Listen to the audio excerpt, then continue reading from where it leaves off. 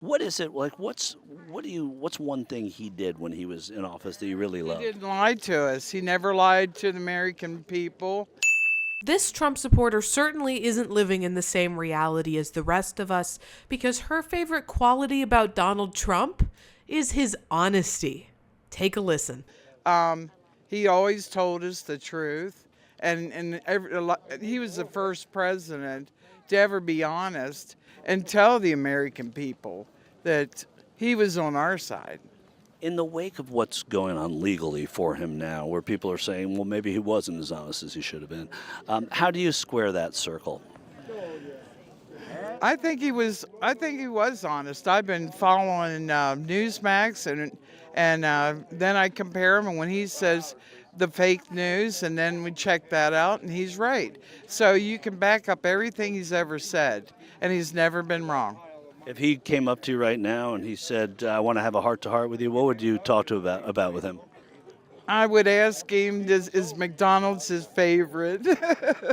I'm Rayy Vana, and welcome back to Rebel HQ. That woman says she supports Donald Trump because he's the first president to ever be honest. He was the first president to ever be honest. Which is funny because I distinctly remember a former president whose nickname literally had the word honest in it. And honesty is definitely not the first term that comes to mind when I think of former President Donald Trump, but apparently it is for a lot of MAGA supporters. He tells the truth. Might have a bad mouth, but he tells the truth. You know, a lot of people say that about him, and yet we hear these indictments, we hear the stuff that's going on. How do you match those two, reconcile them? Can't say on it. It's crazy. They need to drain the swamp and get rid of the ones that's doing it because they're the ones causing the problem. But even you have people in his administration saying that he was responsible for Georgia and things like that. I doubt it. I really do. Now, continuing to fall back on the Trump is an honest guy line is particularly funny considering now this calculated that Trump told 30,529 lies just during his time as president, which doesn't fit in my definition of honesty. But apparently it works for his supporters. And of course, there's one lie in particular that Trump pushed maybe more than any of his other 30,000 plus lies. And that was the big lie, that he actually won the 2020 election. A lie that his supporters have latched onto as a rallying cry. Trump were to run again and win, obviously you'd be happy. Would you accept that result? Of course. If he were to run again and lose, would you accept that result? Yeah, I mean, we had to accept everything that happened, but not You didn't, accept it, but you not didn't. accept it, but for sure, I'm telling you, I mean, the numbers, the registered voters, the 80% of people voted for Trump. 80%. Yeah. That's interesting. I hadn't heard that number anyway. Like 80 million people voted for Trump. So 80 million, but that's not. You add the numbers, Biden is not the one that should be in the White House right now. If Trump wins, would you accept that result? Yeah. But you wouldn't accept the Biden result. No. Could it be rigged, is what I'm saying, in favor of Trump? It could be. But that's a real stretch because Trump and the Republicans have never had the on-the-ground machinery that the Democrats have had for 100 years. You can't recreate that in 2 or 3 years. But he won in 2016. He did. Right.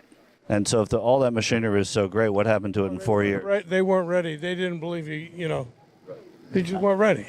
And do you think it was a stolen election in 20? No doubt in my mind. I watched it myself with my own eyes at 3 o'clock in the morning on TV. What'd you see? I saw all the ladies in Georgia pull all those ballots out, and I watched her run the same ones over and over. And I watched it with my own eyes. I don't need anyone to tell me it was stolen. I watched it. The government in the state government in Georgia said that was totally innocent, and that was. They did. Well, it's a Republican government there, so I'm just curious. No, it's a Republican government. What would you have to hear to make you believe that was just an innocent, and that's? I watched it with my own eyes. Nothing. There's nothing that can make me believe that wasn't stolen. And they're arresting people individually for all of this. I mean, Trump just said it.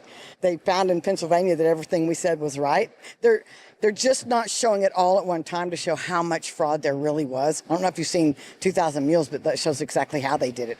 There is no credible evidence whatsoever to suggest that the 2020 election was stolen. Trump appointed judges, shot down the fraudulent arguments being made by Trump's attorneys in court. Republican state governments had to admit that there was no election fraud in their elections in their states. But none of that matters to members of the MAGA cult.